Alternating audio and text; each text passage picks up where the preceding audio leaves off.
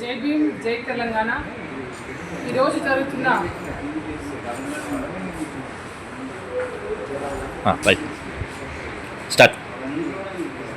జై భీమ్ జై తెలంగాణ.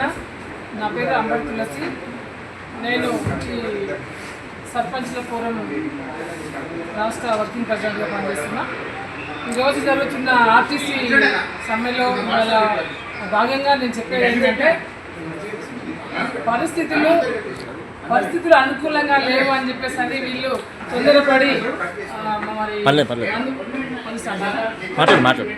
వాళ్ళ గురించి పట్టించుకోండి. మాట్లాడుతూ నువ్వు మధ్యలో మాట్లాడు, నాకు అర్థం కాకుండా స్టార్ట్ చేసుకోండి. పర్లేదు, నేను ఎడిటింగ్ చేస్తాను. అయితే ఆర్టీసీ కార్మికుల చర్చలు విఫలం కావడంతో వాళ్ళు రోడ్డు ఎక్కడం జరిగింది.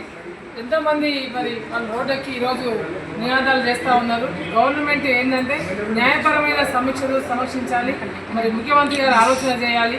ముఖ్యమంత్రి గారి ఆధ్వర్యంలో ఇవన్నీ జరుగుతున్నప్పుడు పర్యవేక్షించే అధికారం ముఖ్యమంత్రి గారికి ఉన్నది కాబట్టి ఇప్పుడు ప్రజాపాలన చేస్తున్నారు. ముఖ్యమంత్రి గారు అన్ని పనులు మంచిగా చేస్తున్నారు. మరి వారిని కూడా ఎందుకంటే వారిని దగ్గర తీసుకొని వారికి ఏం కావాలో చేసి ఇవాళ ప్రైవేట్ పరం చేయాలని ఆలోచన చేస్తున్నారు. ఆ ప్రైవేట్ పరం కాకుండా మరి వారిని బుజ్జగించి దగ్గర తీసుకొని వారికి కావాల్సిన డిమాండ్ ఏవైతే ఉన్నాయో దాంట్లో కొన్నైనా నెరవేరుస్తూ వాళ్ళని వెన్నుదట్టు నుండి కాపాడుకోవాల్సిన అవసరం ప్రభుత్వానికి ఉన్నది. ఎందుకంటే వాళ్ళు ఎంతోమంది మన తెలంగాణ ఉద్యమంలో కూడా వాళ్ళు వంట వార్పులు కానీ ప్రతి దాంట్లో వాళ్ళందరూ పనిచేసినారు. వాళ్ళు సహకరించినారు. మనకు సహకరిస్తేనే ఇవాళ మనకు తెలంగాణ వచ్చింది. ఎందుకంటే ఇంతమంది ఉద్యోగులు ఇవాళ పనిచేస్తున్నారంటే వాళ్ళని సక్రమంగా ఇంటి దగ్గర నుంచి ఆఫీసులు చేసడం కూడా వాళ్ళ డ్యూటీ, వాళ్ళ బాధ్యత. మరి వాళ్ళలో అంత పనిచేస్తున్నప్పుడు వారి సమస్యను కూడా మనం ముందు తీసుకోవాల్సిన అవసరం మరి ముఖ్యమంత్రి గారి మీద ఉన్నది. కాబట్టి అయ్యా మీరు దాన్ని గమనించండి.